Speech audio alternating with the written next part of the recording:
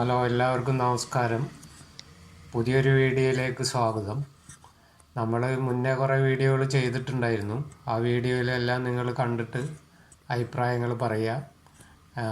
Subscribe ചെയ്യാത്തവർ subscribe ചെയ്യുക, like ചെയ്യുക, അങ്ങനെയുള്ള കാര്യങ്ങളൊക്കെ ചെയ്തിട്ട് നമ്മളെ സപ്പോർട്ട് ചെയ്യുക. ഇന്ന് നമ്മൾ പുതിയൊരു വീഡിയോ ആണ് ഇപ്പോൾ ഇന്ന് ചെയ്യുന്നത്. ഈ വീഡിയോയിൽ നമ്മൾ പറയാൻ ഉദ്ദേശിക്കുന്നത് കർക്കിടക മാസം വരികയാണല്ലോ. ഇപ്പോൾ ഒരു 10 ദിവസം കഴിഞ്ഞാൽ കർക്കിടക മാസമാണ്. അപ്പോൾ കർക്കിടക മാസം എങ്ങനെ ആചരിക്കാം, കർക്കിടക മാസത്തിൽ എന്തൊക്കെയാണ് ശ്രദ്ധിക്കേണ്ട കാര്യങ്ങൾ തുടങ്ങിയ വിഷയങ്ങളാണ് ഇന്ന് നമ്മൾ ഈ വീഡിയോയിലൂടെ പറയാൻ ഉദ്ദേശിക്കുന്നത്. അപ്പോൾ ഈ വീഡിയോയും നിങ്ങൾ കണ്ടിട്ട് സ്കിപ്പ് ചെയ്യാതെ കാണുക. കണ്ടിട്ട് നിങ്ങളുടെ അഭിപ്രായങ്ങൾ കമൻറ്റിലൂടെ അറിയിക്കണം. അപ്പോൾ ഒരിക്കൽ കൂടി എല്ലാവർക്കും നന്ദി, നമസ്കാരം. മിഥുനം കർക്കടകം മാസങ്ങൾ പൊതുവെ ഇടവപ്പാതിക്ക് ശേഷം വരുന്ന സമയമാണ്. ആന പോലും അടിതെറ്റുന്ന കാലാവസ്ഥയാണ്. ദഹനപ്രക്രിയ കുറവുള്ള മാസമാണ്. ആയതിനാൽ മത്സ്യമാംസാദികളും ദഹനപ്രക്രിയ നടക്കാത്ത ആഹാരങ്ങളും പൊതുവെ കുറയ്ക്കേണ്ട സമയമാണ്. 2 നേരവും കുളി ആവശ്യമാണ്. ക്ഷേത്ര ദർശനം നടത്തണം. സൗകര്യാർത്ഥം അരിയാഹാരം ഉപേക്ഷിച്ച് ഗോതമ്പോ പഴവർഗ്ഗങ്ങളോ കഴിച്ച് സൗകര്യമുള്ള ദിവസങ്ങളിൽ ദാമ്പത്യ സുഖക്കുറവിലും വ്രതമെടുക്കണം. രാവിലെയും വൈകിട്ടും 2 മുതൽ 7 വരെ തിരികളിട്ട് നെയ്യോ വെളിച്ചെണ്ണയോ ഉപയോഗിച്ച് ഭദ്രദീപം തെളിയിച്ച് വടക്കോട്ട് നിന്നോ കിഴക്കോട്ട് നിന്നോ വേണം ദീപം കത്തിക്കാൻ. 11 പേരുള്ള, അതായത് ശ്രീരാമൻ, സീത, വസിഷ്ഠൻ, ഭരതൻ, ലക്ഷ്മണൻ, ശത്രുഘ്നൻ, ഹനുമാൻ, മഹാഗണപതി, ബ്രഹ്മാവ്, മഹേശ്വരൻ, നാരദൻ എന്നിവരുൾപ്പെട്ട ശ്രീരാമ പട്ടാഭിഷേക ചിത്രത്തിന് മുമ്പിൽ വടക്കോട്ടിരുന്ന് വേണം രാമായണ പാരായണം തുടങ്ങാൻ. കർക്കിടക മാസത്തിന് ധാരാളം പ്രത്യേകതകളുണ്ട്. ദക്ഷിണായന കാലം ആരംഭിക്കുന്നത് കർക്കിടകത്തിലാണ്. ഉത്തരായണം ദേവന്മാർക്ക് പകലും ദക്ഷിണായനം ദേവന്മാർക്ക് രാത്രിയുമാണ്. രാത്രി തുടങ്ങുന്നതിലെ ആദ്യഘട്ടമാണ് കർക്കിടകം ദേവസന്ധ്യയെന്നും വിശേഷിപ്പിക്കാം. ഈ ദേവസന്ധ്യയിൽ അമൃതസ്വരൂപികളായ നമ്മൾ രാമൻ്റെ നാമങ്ങൾ ചൊല്ലുന്നു. ഇതിലൂടെ രാജ്യത്തിനും മനുഷ്യവാസഗ്രഹത്തിനും ദേവാലയങ്ങൾക്കും ദേവന്മാർക്കും മനുഷ്യർക്കും ഗുണമുണ്ടാകുന്നു. ഭക്തിയും യുക്തിയും വിഭക്തിയും ചേർന്നതാണ് രാമായണം. ഇതിഹാസമെന്ന നിലയിലാണ് രാമായണം മഹത്തരമായിരിക്കുന്നത്.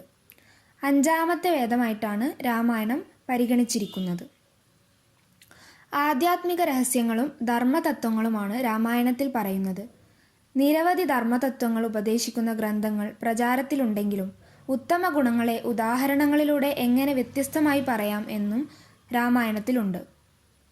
ധർമ്മങ്ങൾ എങ്ങനെ പാലിക്കപ്പെടണമെന്നും ധർമ്മം പാലിക്കാത്തവരുടെ പതനം ഏതു വിധത്തിലാകുമെന്നും രാമായണം പറയുന്നു. ആയതിനാൽ കർക്കിടക മാസം രാമായണ മാസമായാണ് ആചരിക്കുന്നത്. ഭൂമിയിലെ കാലാവസ്ഥാ വ്യതിയാനം കൊണ്ട് ഈ സമയം കൃഷിക്ക് അനുയോജ്യമല്ലാത്തതിനാലാണ് പുണ്യാത്മാക്കളായ പൂർവികർ കർക്കിടക മാസം ഈശ്വര ജപത്തിനായി മാറ്റിവെച്ചത്. ചെയ്തു കൂട്ടിയ പാപങ്ങളുടെ ഫലങ്ങൾ പെട്ടെന്ന് ഒഴിഞ്ഞു പോകുന്നതിനും പിതൃപ്രീതി ലഭിക്കുന്നതിനും, അതായത് വെളുത്ത വാവിൻ്റെ പിറ്റേ ദിവസം മുതൽ കറുത്ത വാവ് വരെയുള്ള 15 ദിവസം പിതൃക്കളാണ് നമ്മെ സംരക്ഷിക്കുന്നത്. അവരുടെ ഓണമാണ് കർക്കിടക വാവ്. പിള്ളേരോണമാണ് കർക്കിടകത്തിലെ തിരുവോണം. പിന്നെ ഇല്ലം നിറ, വല്ലം നിറ ആഘോഷിക്കുന്നത് കർക്കിടകത്തിലാണ്. മഹാവിഷ്ണു രാമനായും വേദം രാമായണമായും അവതരിച്ചു എന്നാണ് വിശ്വസിക്കുന്നത്. വേദപാരായണ ഫലമാണ് രാമായണ പാരായണം കൊണ്ടും ലഭിക്കുന്നത്. ചിങ്ങമാസം മുതൽ ഐശ്വര്യപൂർണമാകുന്നതാണ്.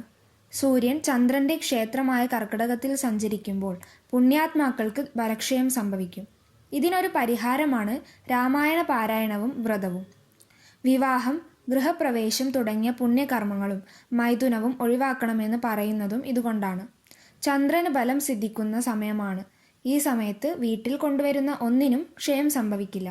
പൂജയ്ക്കും പുത്തരി, ഇല്ലം നിറ തുടങ്ങിയവയ്ക്കും പ്രാധാന്യം ഔഷധിയുടെ അധിപൻ ചന്ദ്രനായതുകൊണ്ടാണ്. ഔഷധ സേവയ്ക്കും ദശപുഷ്പങ്ങൾ ചാർത്താനും ഈ മാസം ഉത്തമമായത്. നവഗ്രഹ ശാസ്ത്രത്തിൽ ചന്ദ്രൻ്റെ അതിദേവതയായി ദേവിയെ കണക്കാക്കുന്നു. ഭഗവതി സേവയ്ക്കും ത്രികാല പൂജയ്ക്കും ശ്രീചക്ര പൂജയ്ക്കും ചണ്ഡികാ ഹോമത്തിനും കർക്കിടകത്തിൽ പ്രാധാന്യം കൽപ്പിക്കുന്നത് മസ്തിഷ്കത്തിലെ നാഡീവ്യൂഹങ്ങളെ സചേതനമാക്കുകയാണ് ലക്ഷ്യം. യാതൊരു പാർശ്വഫലങ്ങളും ഉണ്ടാകുന്നില്ല. പണച്ചിലവുമില്ല. ഭക്തി എന്നൊരു നിഷ്ഠ മാത്രം മുഖ്യം. ഭക്തിപൂർവം രാമായണം പാരായണം ചെയ്യുമ്പോൾ ശരീരവും ഭവനങ്ങളും ദേവാലയങ്ങളും ഗ്രാമവും ശുദ്ധമാകുന്നു. രോഗങ്ങളെല്ലാം മനസ്സിൻ്റെ തീവ്രത കൊണ്ടുണ്ടാകുന്ന അശുദ്ധിയാണ്. മനസ്സ് ശുദ്ധമായിരുന്നാൽ എല്ലാ രോഗത്തിൽ നിന്നും മുക്തി ലഭിക്കുന്നു.